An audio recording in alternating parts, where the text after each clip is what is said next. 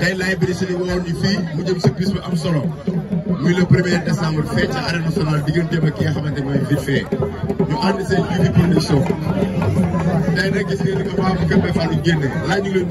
waaw ñu ngi lay di bëgg àdduna yëpp di sant yàlla julli ci Yonent bi sant suñu ñaari waajur sant sama wasila Baye Cheikh Mamadou Sa Diop di sant sama sëriñ Mawlana Cheikh Ibrahima di ñaanal sama waajur bi jigéen ci mu tëdd gënal ko di ñaanal sama baay yàlla yàggal ko fi yàggal fi mboolem kilifa di bëgg ñëpp di bëgg ñu ñëw ba presse beeg site yeeg ñëpp aw ma fay kenn kër may fal waaw ñëpp ba di maaw ba jàpp nga ni Pikine aw ma fay kenn maa ngi bëgg ñëpp waaw.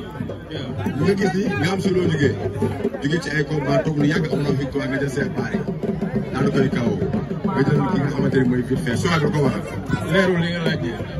nga gis ni nga toog lu yàgg jegal ay victoire toog mënoo am adversaire nga jóge fa jël Cheikh Bary daanu koy am kaawa ci kawam mais nga jóge fa jël Vite Fait la ma waral soo bi. waaw mun naa ne ay naataango lañu te Cheikh Bary moom moo ñu boole mu bëre Cheikh Bary daan ko mu bëre Cheikh Bary daan ko.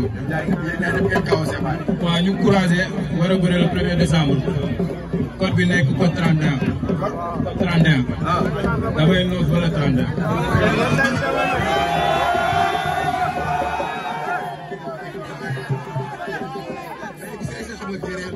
muy doomi champion nekk ci lamb tamit nekk champion di wane ay boppam di wane ay preuve waaw adversaire bi am na différence ak yeneen adversaire.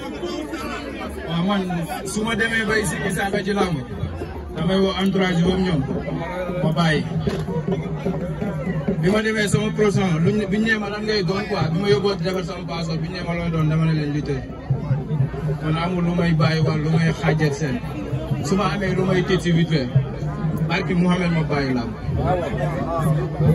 yàggu ma sax dëgg bi barki sëñ laa ma xam. arbitre bi la génn sa diggante yi ñaar ku la xam ne xeexkat la Vite Fait dafa koo xam. xeexkat la moom la yéen ñaar du jëm si yoon nga doon si kaw. bëri dóor la quoi. dañuy xeex dañuy bëre. barki Mamadou Sy Diagne dañuy xeex dañuy bëre waaw. Vite Fait dinaa ko war force incha allah. dinaa ko war force incha allah. di ko war force. waaw parce que ku ñeme dañu la dee quoi dëkk bi yëpp ñu ngi may ñaax parce que dégg nañ ni muy waxee ni muy communiquer. nan lay waxee moom. waaw mais lu ko neex ñu bàyyi ka on mbàkk bi may ko rugi sis bi. on mbàkk bi may ko rugi sis bi.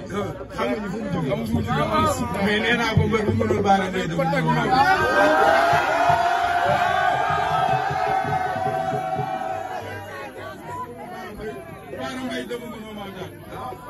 damay sañ sama ceeb sax génn ñu ne ma laay xanaa entraînement nga jëm parce que bis bi damaa ñor.